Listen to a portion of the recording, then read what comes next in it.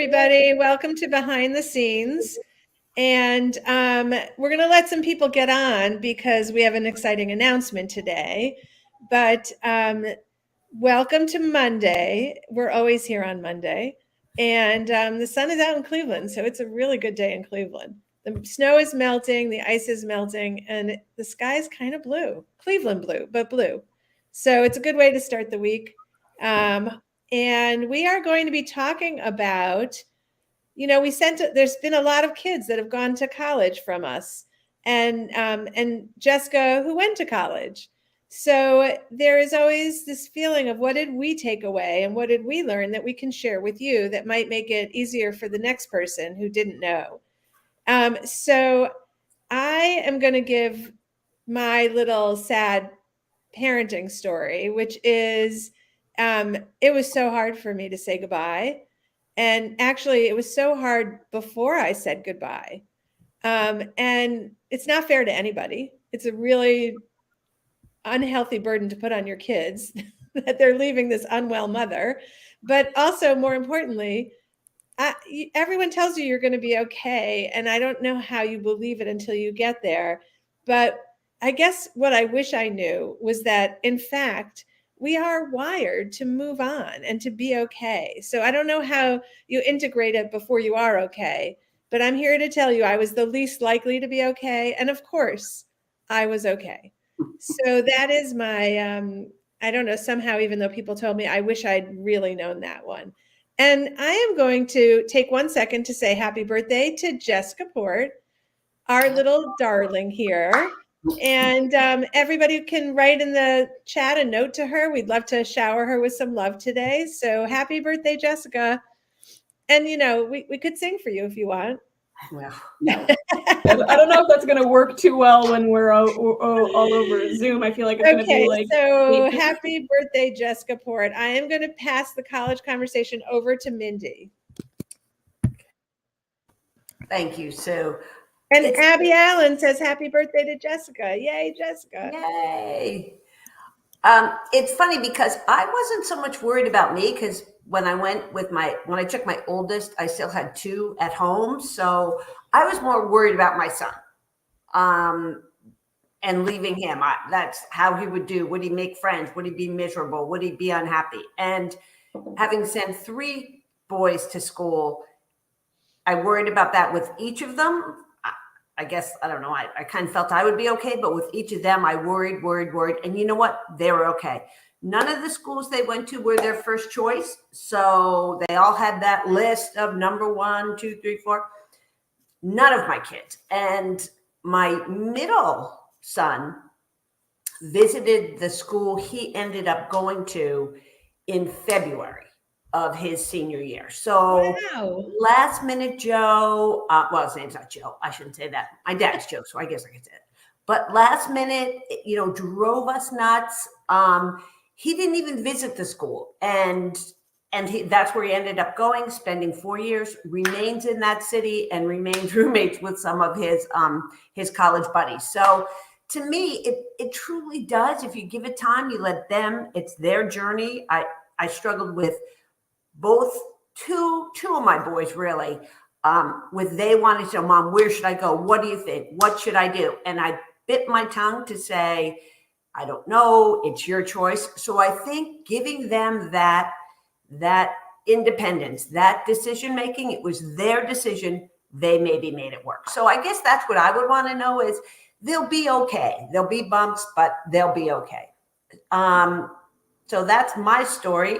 Kamira. Okay, and also I just want to say, Abby, thank you so much. She actually wrote Happy Birthday, the song, to Jessica. So instead of us singing it, it's in the chat. Everybody, it's Jessica Port's birthday. Wish her happy birthday. Happy birthday, Jessica. And I want to remind everybody that without Jessica, on many of the days, you would not see, hear, or read us. Jessica is crucial. She is our tech person and so much more. So please say happy birthday to her. My thing I wish I had known when I was a college student that I tell people who are in college, and actually trickles down to high school now, is please access the assistance and resources that are outside of the classroom, that is now an expected part of higher education. It's not something extra. So no matter what your GPA or your understanding of the material, part of your participation in the knowledge process is accessing the outside resources, be it going to office hours, talking to TAs, whatever it is. It's not for those who are deficient or needing something remedial, that you should access that, and it's expected, and it's noticed if you don't. So that's part of the process these days. I'm going to send it over to Eka. Good morning, everyone, and happy birthday, Josh. You're getting a lot of love over here on our comments. Good. What I would like people to know is something I actually learned from my daughter. She, you know, depending on the school system you're in and the college counseling you have, I know it's a different word now, but they talked about a reach school, you know, go for, that dream school or whatever. So when she came up with her college list, there was really not one of these schools. And she said to me, I said, you know, the guidance counselors say you should, you know, and she said, Mom, if I can get into my reach school, won't I be like the dumbest one on campus? And I was like, no. She said, but no, think about it. If this school is, this box and I'm below it, I'm going to go there and I'm going to work my butt off and I'm going to struggle and it's not going to be a healthy environment for me.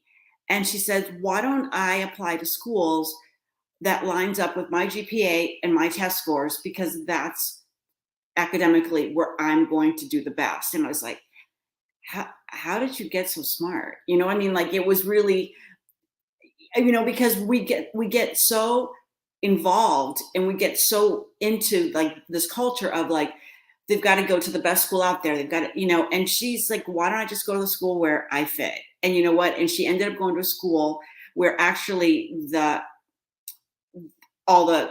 she was actually higher than the median for everything.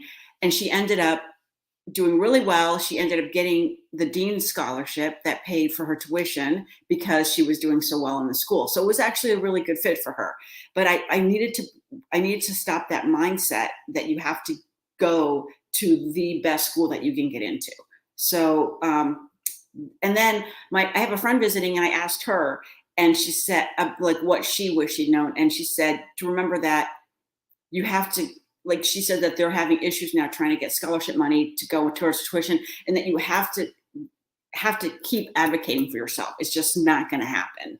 You have to keep saying, like, did that money get there? Did I get my financial aid? And she said, and sometimes you have to do it for your kids because they don't know how to maneuver this. And so that's what she told me was her advice about what she wished she'd known, that you have to really work that. So with that said, I'm going to pass it up to Sharon. Eka, I'm so impressed with the wisdom of your daughter. That's amazing. Happy birthday, Jessica. My oldest is still in high school, so I am listening very carefully to hear all these things because I don't want to be as surprised. But one thing I do want to share that I'm already learning is that we should prepare to be surprised. Surprised by our kids. I know this is true of friends of mine who've taken their kids on college visits. The parents thought they would know what their kids liked. And again, parents say, I can't believe it. They really liked this college that we visited, and I wouldn't have picked it for them at all. So that's one thing we discover that our kids are growing into people that we still need to get to know, like, because they're changing so much. And the other thing that I've been told, and I'm hanging my hat on this one, is that kids change a lot, even within high school. And by the time they graduate from high school, that they're going to be so much more mature than they were just 1, 2, 3 years ago. So that there's just such a period of change, and that their readiness for college and what they're going to do next, all that is going to change. But then I have to add on what Mindy said is part of the preparing to be surprised is that all that change is happening so fast, and it's such a confusing time that we kind of have to roll with the surprises. Like, yeah, maybe second semester senior year, they decide to go to a college. So, I guess I should get my Zen on, because things are coming that I will not be able to know about. And I'm just going to have to float along and be serene. And that sounds challenging, but I'll try. Jessica, I'm going to pass it to you. Last but not least. Thank you, everybody, for all the birthday wishes. It's very sweet. So I come from I want to say a long line of introverts. I don't know if that's quite how to put it, but me and both of my brothers, I think, are pretty selectively either introverted or shy, or various combinations of the two. Everybody in my family is, except for my dad, who you can put him in a room and he's already best friends with like at least eight different people he's just met. But it took me a very long time to start making friends. And like I had some people freshman year that I was friendly with, and of course I lucked out in the roommate department. I still love my roommate dearly, but it took me a while. And I think I also, a lot of my friends tend to be the same kind of genre of introvert as me. So a lot of my high school friends that I'm still in touch with, I know took a while to start finding their people. And my little brother it took him also a whole year to join a fraternity. And I guess just the one thing that I hadn't really known about college is that it doesn't necessarily, you're not necessarily going to meet your new best friends that first week, other than, again, I lucked out with my roommate. We're still pretty close, but it took me joining the creative writing club to start meeting new people. And even that was my roommate begging me to come with them so they weren't joining alone sophomore year. And I'm like, I don't want to talk to people. And my little brother joining a fraternity, and my older brother joining I think it's like a co-ed sorority, but just suddenly, when we made an effort and went out to meet people, like it took a full year of trying to find that right fit. But once we found them, the rest of college was a breeze. So I guess it's a combination of don't expect success right away, but you gotta keep looking, because eventually you're gonna find those people. It's gonna be great. And I'm going to tell you that COVID has made finding your people really hard. And so one of the things to keep in mind when your kid goes off to college is it likely will take them longer than it did other kids to meet their people. It's just a combination of being able to access all your high school friends all the time. So that keeps you in that world.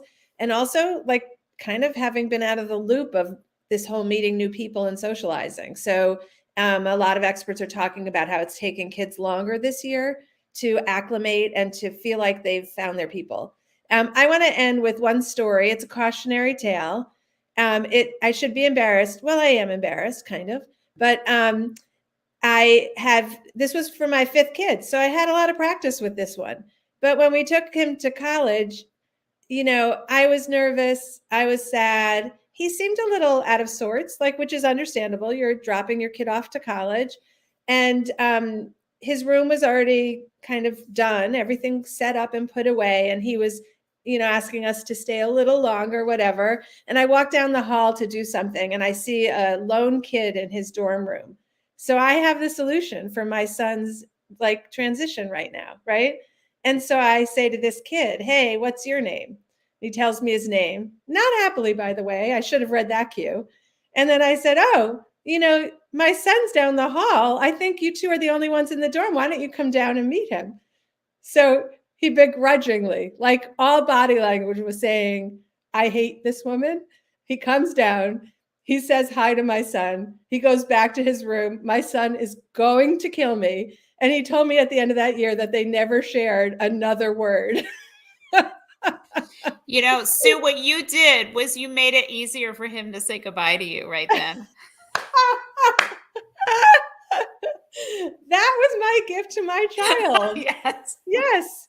Okay, so we have a few things to tell you about. Oh, were you reminding me, Kamira?